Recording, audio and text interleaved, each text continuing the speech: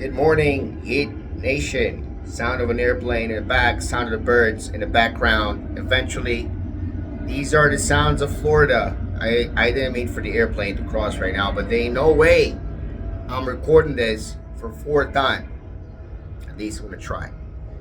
A worthless half a penny, part 12, ECF Game 2 edition, or as Game 3 edition, sorry, or as I like to call it, choke edition.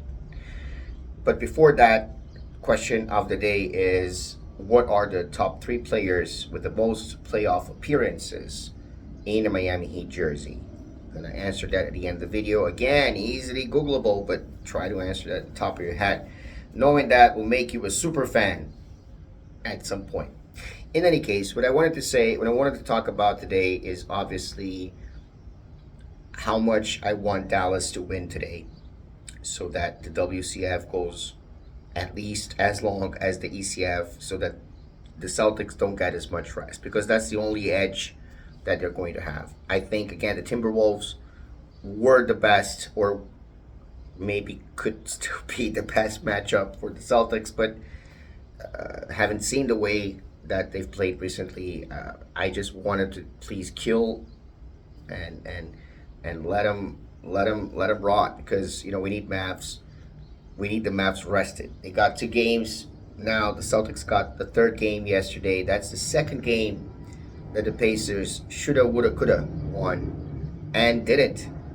And there's no good reason for that, unfortunately, right? We had Miles Turner turning up his game finally at this edition, but in this game, but that wasn't enough. I mean, and it's a choke. It's a huge choke, being an average of 9 points up to start fourth quarter, and to go down like that, and then to complain about the last Drew Holiday stole that ball. Man, look, again, Pacer fans.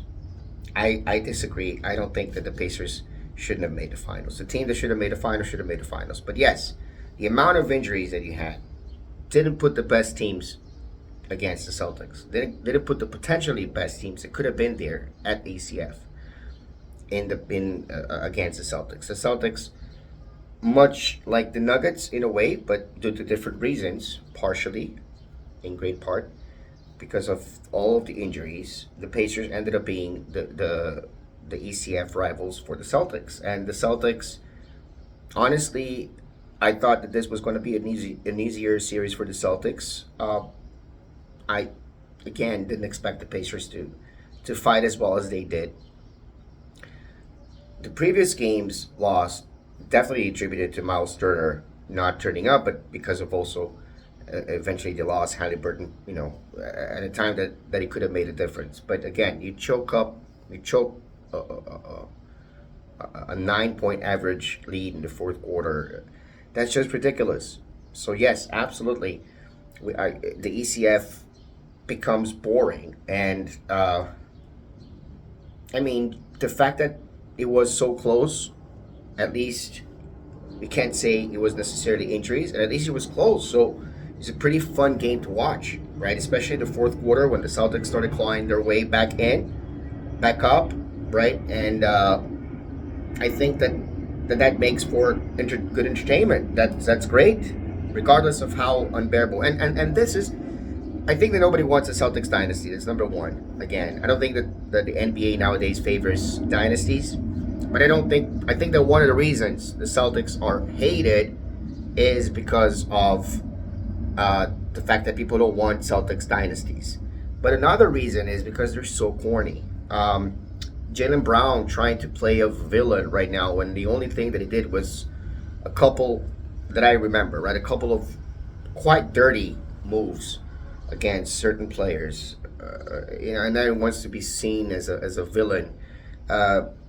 Jason Tatum is never going to be forgiven for texting Kobe when he faced the Warriors and lost. And I think the same thing goes to Horford. Man, all the great for you, for your energy and all that, but it's so corny. At the same time, you can kind of see why. You know, they're feeling their relief that this has been a long time coming. We've been to the ECF a few times. We only made the finals once. Now it's our turn. And I think again, the script is running well for them. But we'll see what happens next. The answer to the question number three actually may surprise you, because number one is obviously Dwayne Wade with 171 playoff appearances. In second place, also to no surprise, should have been more, could have been more for the amount of seasons that he played, UD with 149 appearances. And then number three is not LeBron James, but Rio, Mario Chalmers, with 99 playoff appearances. I think about 10 over LeBron James. I have to look at the list again, but I don't have it right now in front of me. In any case, as we do, F Boston, let's go Heat.